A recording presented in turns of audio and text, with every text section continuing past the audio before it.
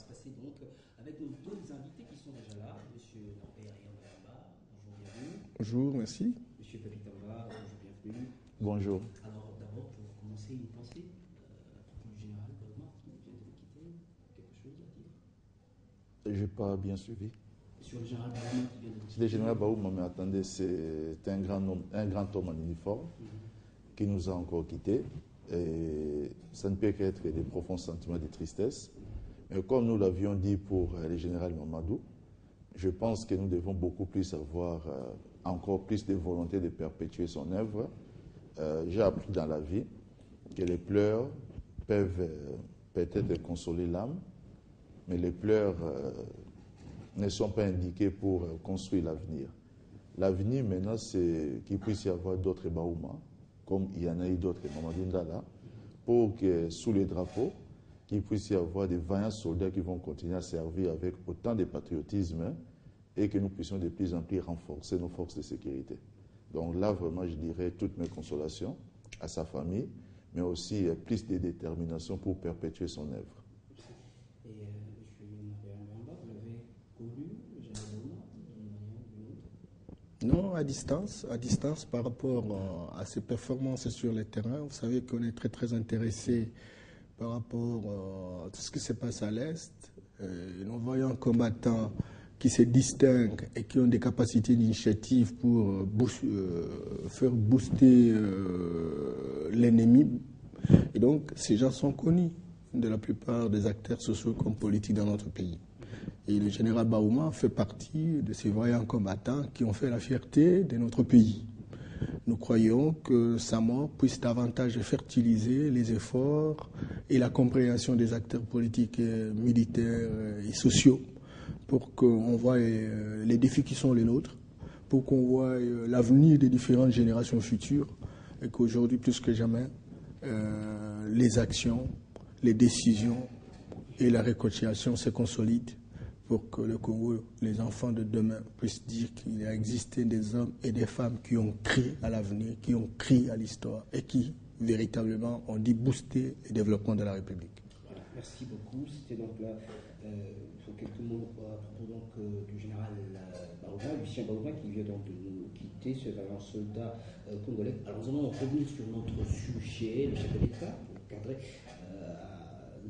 le 15 dernier, nommé de membre du CNRF, cellule nationale de renseignement financier. Alors, on devrait finalement poursuivre avec la lutte, peut-être aller monter d'un cran dans la lutte contre la fraude financière, la criminalité financière. Pensez-vous qu'avec l'avènement, donc, ou l'effectivité d'entrée en matière du CNRF, les criminels financiers, les criminels à fraude blanche puissent être réellement inquiétés? Est-ce qu'il en existe déjà des Madoff congolais, Monsieur Papitamba? Vous savez, c'est déjà un pas qui est franchi dans la lutte contre toute forme de délit financier.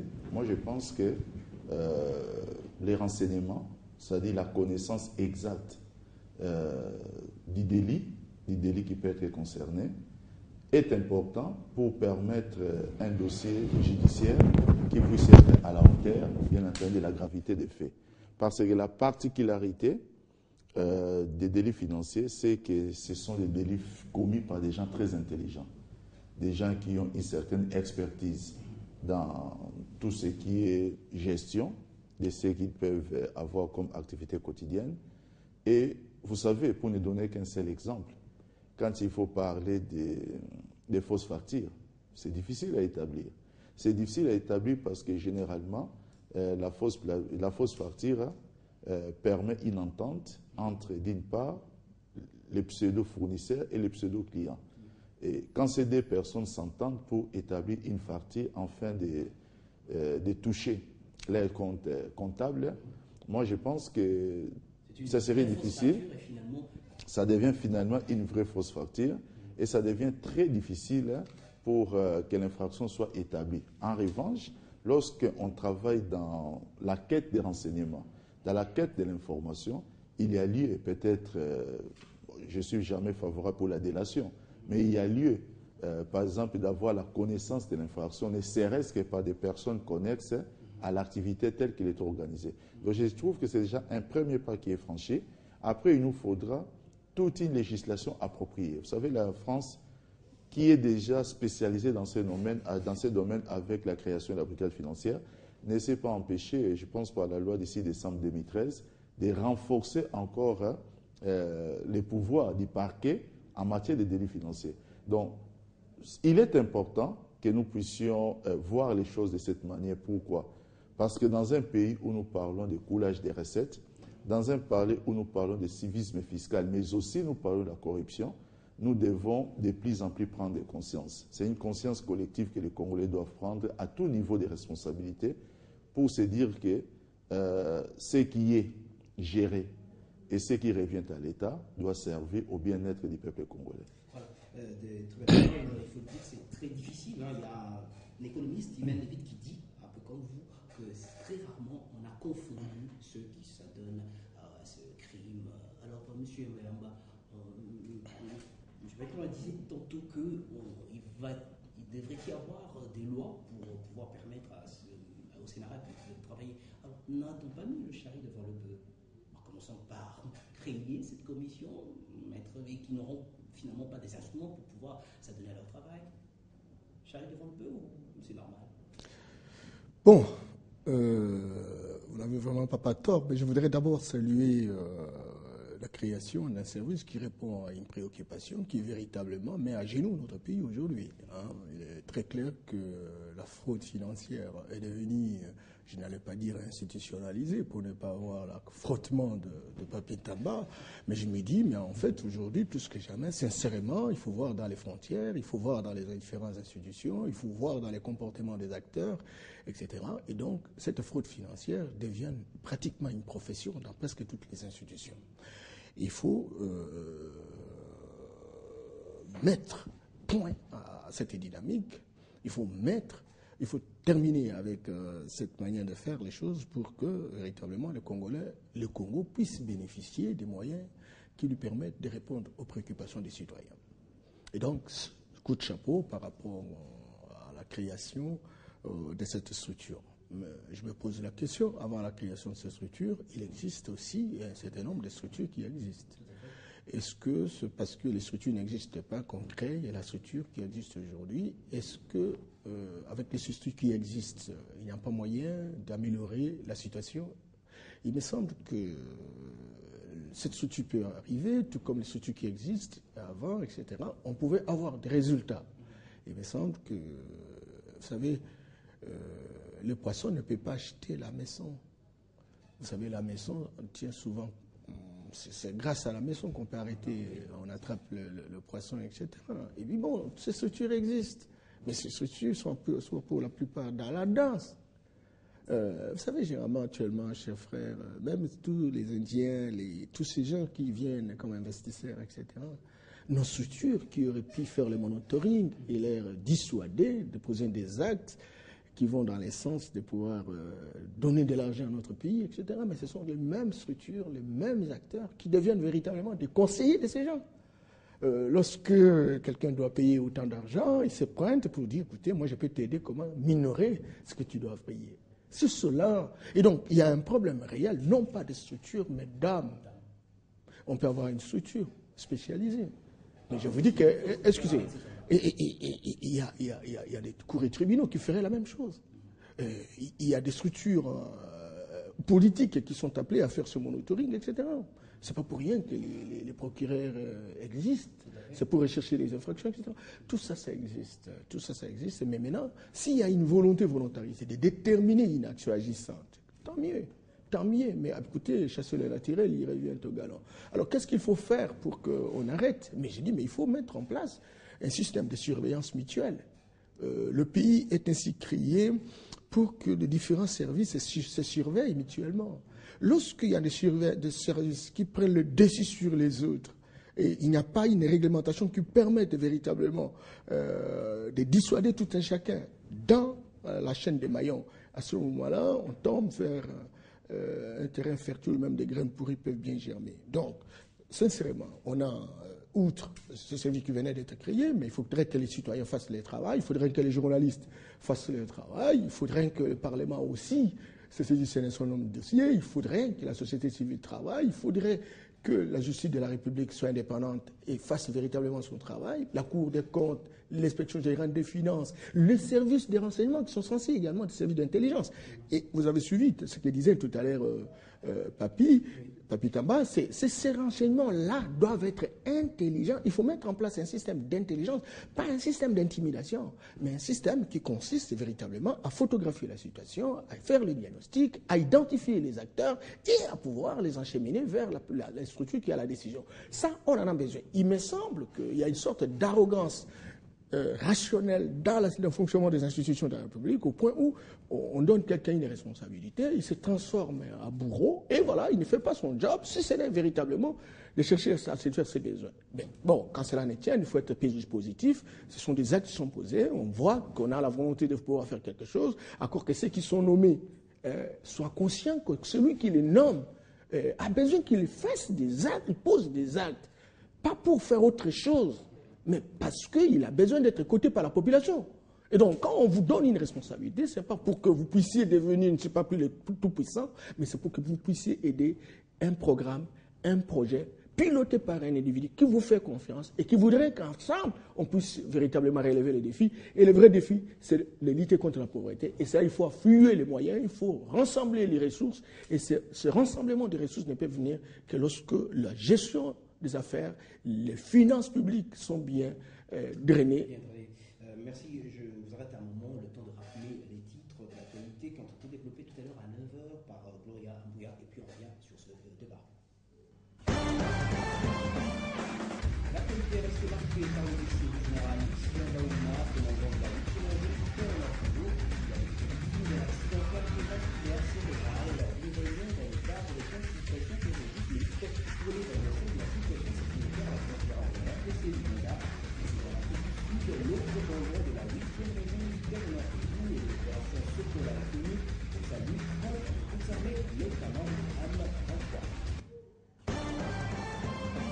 Et les Parisiens ont présenté à la presse 21 personnes, dont un agent de l'ONG Médecins Sans Frontières qui avait été kidnappé en juillet 2013 par le rebelle Zubandé des ADF. L'armée promet de poursuivre sa traque contre ces rebelles avec l'appui de la MONUSCO pour obtenir la libération d'autres civils encore en otage.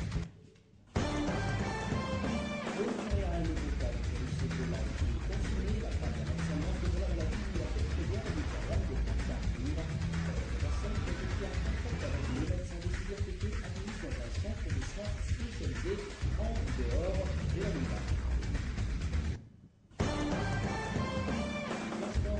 La espèce parcourue a indiqué que dans cette arc-en-ciel matricale, si peut-être par un réalité de chassage, de réalisation de Verona et l'œuvre de Jérémy Pascal sur Pelati, la séquence se prépare pour son match de demi-finale de la Ligue des champions de la place. Demain, Florent Bélier affronteront les Tunisiens de centre sportif Spartien le 21 septembre prochain à Kinshasa. Voilà, ce sont là les titres qui vont été développés à 9h par Gloria Mbouya qui sera de retour dans un peu moins d'une demi-heure. Alors, Papitoma, il y en a plein, des délits comme ça. Corruption, par exemple. Pensez-vous vraiment qu'avec l'avènement du CNRF et le travail que faisait déjà le procureur qui est censé lui traquer, rechercher toutes les infractions, quelle que soit leur nature, il puisse y avoir soit qui puisse se suppléer, se compléter, ou que le CNRF va carrément prendre ou remplacer finalement, en ce qui concerne la fraude financière, le parquet ou le procureur. Écoutez, je ne pense pas que ça puisse être un corps des gens qui seront en compétition avec l'arsenal qui existe ou avec les parquets. Ça vient compléter, ça vient appuyer le travail qui est déjà fait. C'est comme ça qu'il faut comprendre la brigade financière, c'est comme ça qu'il faut comprendre les pôles financiers partout au monde. Ce ne sont pas des institutions en marge de l'institution judiciaire réglementaire, mais ce sont des institutions qui viennent appuyer les travaux des magistrats par rapport à la lutte contre la criminalité financière. Je note d'abord avec satisfaction, dans les propos de Norbert, bien qu'il ne se priverait pas quelques pics, parce que lorsqu'on est au pouvoir, on essaye de tout vous attribuer, mais je note avec satisfaction que ces problèmes peuvent être débattus en tant que Congolais, sans couleur politique, parlant seulement de notre pays. Pourquoi? Pour la simple et bonne raison, c'est qu'on peut bien m'accuser d'être la majorité, mais permettez-moi, dans l'opposition, je connais un monsieur qui s'appelle le professeur Kalele, un exemple, qui a été ministre des Mines dans ces pays. L'humble serveur Papi Tamba en face de vous n'a jamais été ministre. Je connais plusieurs personnes, hein, le temps me manquait de les citer, qui ont laissé des bilans lorsqu'ils ont géré. Et je ne pense pas que ce sont des bilans qui sont glorieux. Donc, je ne voudrais pas, je connais le Ngako, par exemple, qui est au transport. Il peut crier aujourd'hui. Donc, ce n'est pas un bon rôle de se dire que lorsque nous sommes dans l'opposition, finalement, nous devons parler. C'est un débat citoyen. Je l'ai dit parce que je n'ai pas... Il y a M. Dorbé Yamanga, bien qu'il s'est un peu mandé, mais il ne s'est pas privé quelques piques. Je voulais juste remettre cela dans sa bonne conscience pour que je lui dise mon état d'esprit. Mon état d'esprit, c'est d'en parler en tant que Congolais. Maintenant, en tant que Congolais, le premier des Congolais lui-même, le chef de l'État, c'est lui qui crée cette institution, ça montre qu'il y a un problème. C'est lui, le chef de l'État, qui les dénonce dans plusieurs de ses discours. Ça montre qu'il y a un problème. N'ayons plus peur de le dire, puisque le premier des Congolais le dit. Et presque partout, nous le disons. Mais en même temps, nous devons reconnaître les efforts qui sont mis en place. Nous devons les reconnaître. Il faut également dire que les infractions en la matière, il n'en existe pas beaucoup, traquées par le procureur. Vous en connaissez? Mais non, j'en connais. Je ne suis pas ici pour essayer de parler des dossiers judiciaires. Mais je dis, j'en connais. Mais je vais dire... je vais dire ceci, partout au monde, je dis bien partout au monde, ces genres d'infractions malheureusement existent. Dans votre exposé du débit, vous avez parlé s'il y aurait déjà des Madoff à la congolaise. Je ne pense pas que Madoff soit une référence congolaise. Je ne pense pas. Donc si ces références peuvent bien être venues des États-Unis d'Amérique, ça montre que même aux États-Unis d'Amérique, il y a un problème. Mais nous devons lutter contre cela. Mais en même temps, nous ne devons pas penser que ça doit constituer un frein pour le développement. Pourquoi? Prenons l'exemple, ça ne peut pas constituer un frein, c'est-à-dire une excuse pour le développement. Tout en luttant contre ces fléaux, mais nous ne devons pas oublier que les enjeux du développement doivent rester ouverts. Le Japon, en pleine période de reconstruction, entre 1955 et 1993, a connu pas moins de 15 gouvernements qui se sont succédés. Mais si les 15, 9 sont tombés pour cause de corruption. Là, c'est un fait parce que nous savons que les Japon... Non, ils sont tombés 9, mais ça n'a pas empêché au Japon de se développer, de rattraper son retard. Ce qui n'excuse pas la corruption. Je suis en train de les préciser ici pour que Norbert ne tire pas d'ici. Mais je dis que les jeux du développement doivent rester ouverts par une certaine innovation dans la politique. Voilà pourquoi je saluerai par exemple les génies du chef de l'État avec ce que nous appelons communément les contrats chinois. C'est-à-dire que c'était un mécanisme qui a été mis en place tenant compte de la notion de la corruption chez nous lorsque nous parlons d'un système de troc, disons-les comme tel. Ça a permis de réduire, d'atténuer, au moins dans ces domaines. C'est pourquoi l'impact est visible et nous voyons les travaux. Personne ne peut dire dans ces pays que les contrats chinois ne produisent rien dans ces pays. Ils ont mis en place un secrétariat exécutif. Ce secrétariat exécutif a pour charge de faire la coordination et le suivi de ces contrats, mais qui se fait de la manière dont nous connaissons tous. Ça montre clairement que tout en étant dans un contexte particulier et précis, on peut avoir l'intelligence et l'innovation de faire les choses et d'avancer. Mais nous devons lutter contre ces fléaux parce que ça ternit l'image de notre pays, bien que ceux qui la ternissent ne sont pas forcément sains. Parce que ceux qui la ternissent, généralement, sont des investisseurs qui viennent chez nous. Or, beaucoup de ces investisseurs ne sont pas bien cotés. Parce que certains viennent chez nous, ils ternissent l'image de notre pays parce qu'ils sont à la recherche, par exemple, des garanties d'État. Des garanties d'État, une fois obtenues, ce n'est pas pour faire le travail qu'ils devaient faire, c'est pour aller escompter et faire des affaires ailleurs. Ils cherchent des contrats miniers et quand ils ont des concessions minières, ils ont tous les documents administratifs et quand ils ont les bons rapports avec les banquiers, ce n'est pas pour faire l'exploitation, mais c'est pour aller dans la spéculation au niveau des marchés boursiers. Donc, et maintenant, lorsqu'ils ne les obtiennent pas, ils sont encore les premiers à nous critiquer. Donc, sachons faire la part des choses. Nous devons dire que nous devons lutter sur les plans internes, mais tout en limitant aussi, bien que des gens puissent nous accuser, mais essayer d'être aussi ferme contre, passez-moi l'expression, contre tous les patrons voyous. Contre les patrons voyous. Alors, un sociologue américain, Edwin Sterland, M. Norbert Mamba, dit que les criminels financiers se recrutent dans la classe politique pour la plupart. Alors, la classe politique congolaise gangrénée, pensez-vous que vraiment ces dettes puissent tomber dans le scénario? Merci Eric. Je voudrais, dans un premier temps, apaiser Papy pour dire que comparaison n'est peut-être pas raison. Le Japon a connu 15 gouvernements successifs, ça c'est évident, il semble que ça s'est développé, etc. Non, il ne faut pas comparer les incomparables. Le Japon a une civilisation qui date du 6e siècle. Et le Japon a eu des grandes performances que nous ne sommes même pas à 1/10 de ce que se représentent ces performances-là. La preuve, c'est que pour la première fois, le gouvernement congolais a 8 milliards de dollars. 8 milliards de dollars comme budget. C'est maigrichon. Et pourtant, les fraudes douanières au Katanga, à la frontière de Kasumbalissa, il y a eu un manque à gagner de 2,5 milliards. Le rapport du procureur est très clair par rapport à ça en décembre 2013. 2,5 milliards. Je m'excuse beaucoup. C'est très grave. La DGDA avait initié la même enquête. On a vu plus de 700 millions de dollars volatilisés. C'est très grave. Parce que ça représente le 10e de ce que représente notre budget de la République. Ça, c'est la corruption dans un seul secteur douanier, etc. Mais regardez un peu ce qu'on appelle la grande corruption, où les contrats doivent être signés entre ceux qui viennent comme investisseurs et ceux qui sont nos dirigeants dans les différents secteurs de la vie nationale. Regardez la corruption artisanale qui se réalise. Allez dans une commune aujourd'hui, vous allez voir que tous les documents, attestation de mariage, attestation de naissance, etc., il y a un petit marché